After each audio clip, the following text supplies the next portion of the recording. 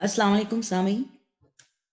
हमारी हफ्तावार पॉडकास्ट में मैं आपकी मेज़बान कबशा मसरूर आपको खुशामदीद कहती हूँ। आपने अपने इर्द-गिर्द हरासमेंट तो देखी होगी। हमारे माशरे में एक बहुत बड़ा मसला हरासमेंट का है, जिससे हमारी ख़वातीन आए दिन फेस करती हैं। हम आज इस मौज़ू पर बात करेंगे और देखेंगे कि इसकी वजूहात क्या हैं और इससे निजात कैसे हासिल की जा सकती है। इस मौज़ू पर बात करने के लिए आज हमारे साथ हमारी मेहमान अस्मा तारिक साहिबा मौजूद हैं, जो बहुत छोटी सी उम्र में ढेरों कामयाबियां समेट चुकी हैं। आप कॉलम निगार हैं, बुक राइटर हैं और ब्लॉगर भी हैं, जो अपने ब्लॉग से माशरे को मुस्बत रास्ते की तरफ लेकर जाने के लिए मुसलसल कोशिश कर रही हैं। तो अस्मा, सबसे पहले तो हम आपको खुश आमदीद कहते हैं। अस्सलाम वालेकुम। वालेकुम अस्सलाम। कैसी हैं आप? मैं बिल्कुल ठीक हूँ, आप कैसी हैं? अल्हम्दुलिल्लाह ठीक ठाक। अस्मा, आपसे ये जानना था कि हरासमेंट का जो लफ्ज़ है, ये हम अपने इर्द गिर्द बहुत बार सुन चुके हैं और लेकिन बहुत से लोग इसके असल मायने से नावाकिफ़ हैं। तो आप इसको किस तरह बयान करेंगी, इसके मायने पर किस तरह रोशनी डालेंगी? जी, बिल्कुल। बेसिकली हैरेसमेंट को जब हम सर्च करते हैं और हम इसकी थोड़ी-सी डेफ़िनेशन को अंडरस्टैंड करने की कोशिश करते हैं, तो हमें पता चलता है कि ऐसी कोई बात, ऐसा कोई रवैया जो आप अडॉप्ट करते हैं, जिससे सामने वाले को तकलीफ़ पहुँचती है या वो कंफ़र्टेबल महसूस नहीं करता, उसे आप हैरेसमेंट में कंसीडर करते हैं। ये एक जनरल सी डेफ़िनेशन है, जनरल सी अंडरस्टैंडिंग है हैरेसमेंट की। फिर उसके बाद उसकी बहुत ज़्यादा, आप ये कल्चर के लिहाज से, फिर कंट्री के लिहाज से, एरियाज़ के लिहाज से उसकी कुछ चीज़ें उसमें चेंज होती जाती हैं। कुछ लोग ये नहीं समझते कि किसी के बारे में कुछ नेगेटिव कमेंट किए जाएँ या ऐसी कोई चीज़ें की जाएँ, तो वो नॉर्मल है कुछ जैसे एरियाज़ में, कुछ इलाकों में, और कुछ जगह पर इसको हरासमेंट में कंसीडर किया जाता है।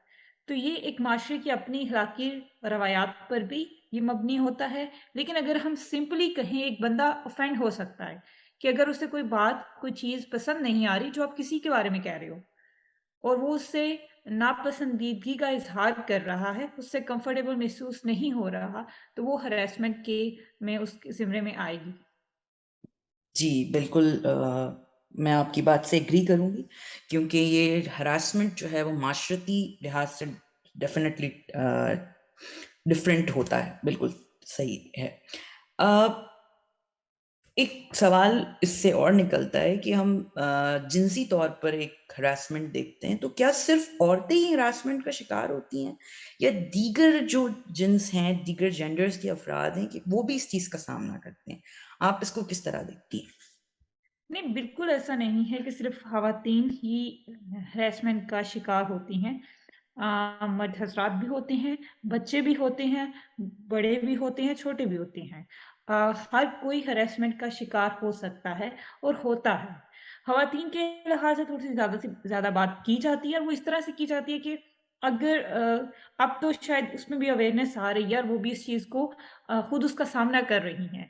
तो वो थोड़ा-सा ये होता है कि ख़वातीन को अगर कुछ ऐसी चीज़ें कही जाती हैं, तो वो क्या होता है कि वो या तो कहीं छुप कर बैठ जाती हैं, कहीं वो छुप जाएँगी, जैसा अभी भी कहा जाता है कि ख़वातीन बाहर क्यों नहीं निकल सकती। इसमें क कोई ये बहुत कम कहा जाता है कि उन्हें मना है या ऐसी कोई बात। मेन क्या रीज़न पेश होता है, मेन ये बात होती है कि बाहर लोग अच्छे नहीं हैं या लोग अच्छे तरीके से नहीं देखते हैं। तो वो बेसिकली प्रॉब्लम उनकी है, वो एक हैरेसमेंट है जिसकी वज़ह से उन्हें कुछ परेशानियों का सामना करना पड़ता है। तो वो उसकी डिस्कशन ज़्यादा होती है, उसके बारे में हम ज़्यादा बात करते हो। फिर ख़वातीन जवाब नहीं देती हैं या उस चीज़ को वो ऑब्जेक्टिफ़ाई नहीं करती हैं, तो वो ज़्यादा आता है। लेकिन ऐसा नहीं है, बहुत सारे मर्दों को भी करना पड़ता है। आप काम के ऊपर देखें कि अगर काम करने की जगह है, हम अपने ऑफ़िस में भी बाज़-औक़ात ये चीज़ देखते हैं कि एक अगर अच्छे ग्रेड का ऑफ़िसर है, तो वो तमाम, एक बच्चा आता है, वो मर्द ही होता है जो वहाँ पे चाय बनाने के लिए होता है या डस्टिंग के लिए होता है, तो बाज़-औक़ात उसे हैरेसमेंट का सामना करना पड़ता है। बाज़-औक़ात फीमेल भी हैरेसमेंट में बहुत ज़्यादा इन्वॉल्व है। इनफैक्ट अगर मैं कहूँ कि ख़वातीन को हैरेसमेंट का सामना करना पड़ता है, तो उसमें मेजरली दूसरी फीमेल्स ही इन्वॉल्व होती हैं समहाउ। हमारे यहाँ जो काम करने के लिए आती हैं बच्चियाँ, उनको भी किस तरह से हैरेसमेंट का सामना करना पड़ता है, आप जैसी बातें करती हैं, जिस तरह से भी। तो वो सारी चीज़ें अगर आप कलेक्टिवली देखें, तो ये सारी चीज़ें हैरेसमेंट में आएँगी। तो ये एक आई वुड से कि एक कलेक्टिव जो है वो रोल जब तक नहीं होगा, तो तब तक वो चीज़ें ऐसी ही रहेंगी, तो इसमें सारा माशरा ही समहाउ इन्वॉल्व होता है। सही, बिल्कुल सही। ऐसा भी है कि ये विक्टिम ब्लेमिंग का जो एक लफ्ज़ हम बहुत सुनते हैं जब हरासमेंट का टॉपिक सामने आता है, तो कहीं ये वो वजह तो नहीं है कि जैसे आपने कहा कि ख़वातीन नहीं बढ़कर बोलती या नहीं बताती या मोस्टली तो मर्द हज़रात जो है वो भी अपनी उनका तो मेरे ख़्याल में मर्दानगी का एक फैक्टर रहता है जिसकी वजह से वो नहीं आते। लेकिन ये विक्टिम ब्लेमिंग का जो लफ्ज़ है कहीं इस चीज़ ये भी तो कोई वजह नहीं है जिसकी वजह से ख़वातीन आगे बढ़ के नहीं बोलती। एग्ज़ैक्टली हमारे यहाँ एक कल्चर है कि विक्टिम ब्लेमिंग बहुत ज़्यादा होती है। अगर आप करते हैं तो वो आप ही के ऊपर आता है कि तुम जैसे हमारे यहाँ एक बहुत बड़ा मेजर इंसिडेंट हुआ था माल रोड के ऊपर रेप का और जिसमें सबसे मेजर जो आगे लोग पास करते थे स्टेटमेंट वो ये थे कि आपको गाड़ी उस वक़्त चलाने की ज़रूरत क्या थी? जी, हालाँकि जी।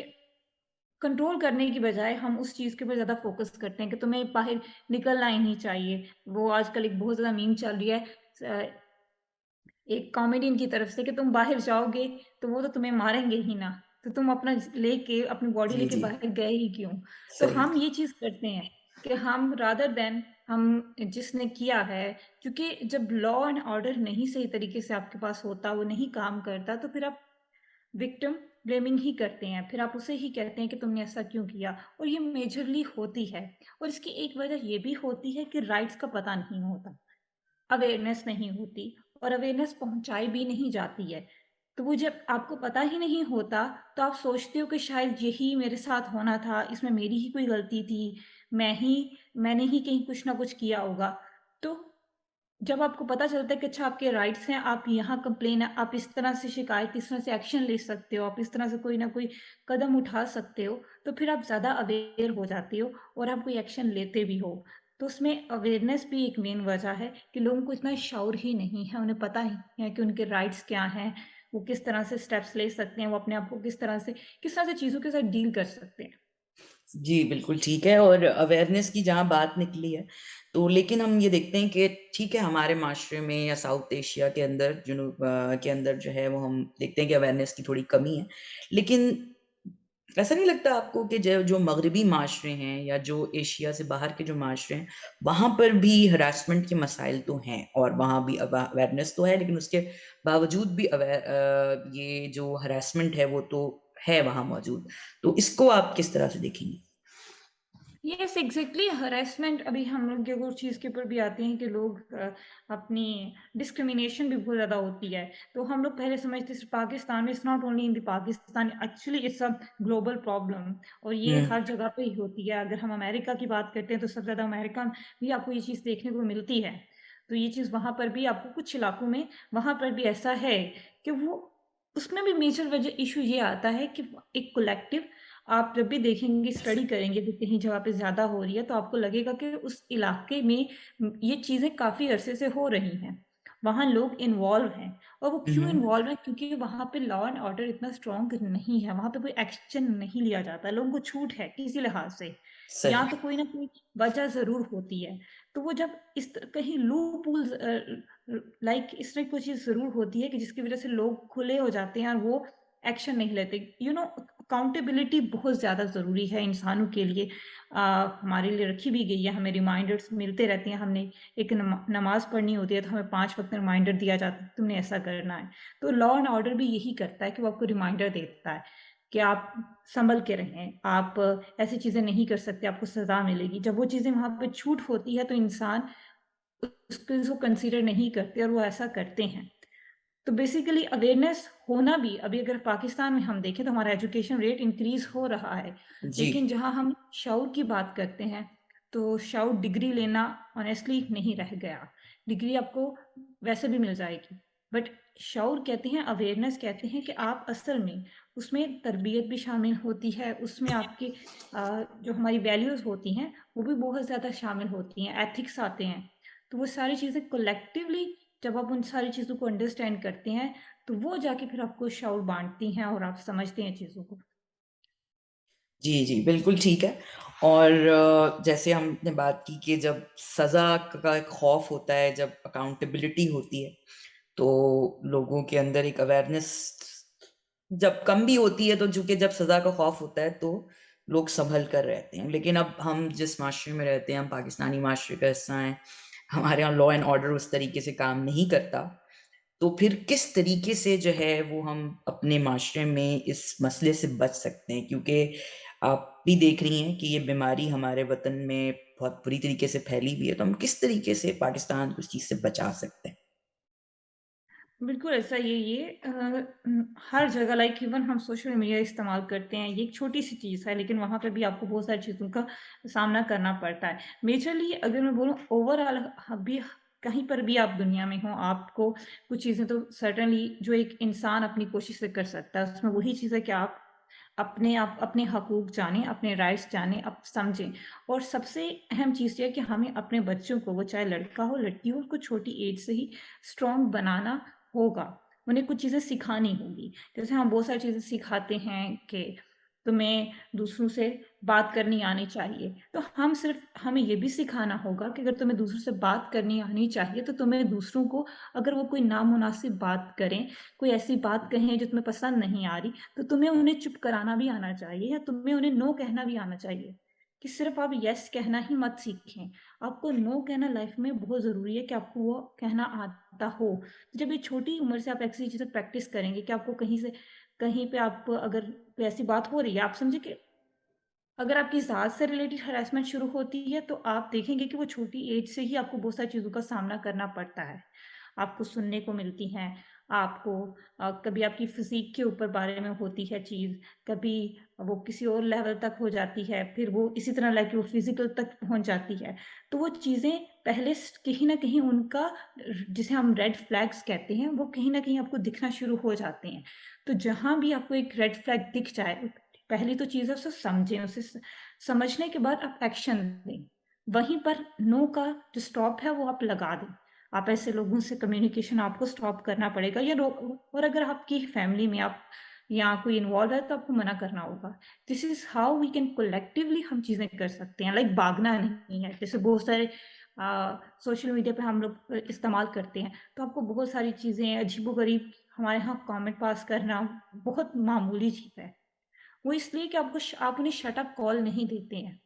कहीं पे इग्नोर करना बहुत ज़रूरी इग्नोर आप वहाँ पे करें जहाँ पे चीज़ें आपको आप डायरेक्टली इफ़ेक्ट नहीं कर रही। तो वहाँ पे बहुत अच्छी चीज़ है आप इग्नोर ही किया करें। लेकिन जहाँ पे कोई चीज़ अब आपको डायरेक्टली इफ़ेक्ट करना शुरू हो गई है, वो इन्फ्लुएंस कर रही है, तो आप उस पे शट अप कॉल दें। आप कोई एक्शन लें। सही। और वो उसके लिए आपको स्ट्रॉन्ग बनना पड़ेगा। लाइक जब अगर लॉ एंड ऑर्डर वो स्ट्रॉन्ग नहीं बन रहा तो फिर आपको पर्सनल लेवल पे अपने बच्चों को खुद को स्ट्रॉन्ग करना पड़ेगा। सही, सही। तो मैंने आपकी बात से बिल्कुल ये अख़ज़ किया कि सेल्फ़ अवेयरनेस के साथ-साथ कॉल आउट करना, शट अप कॉल देने की जो एक एबिलिटी है, वो बहुत ज़रूरी है।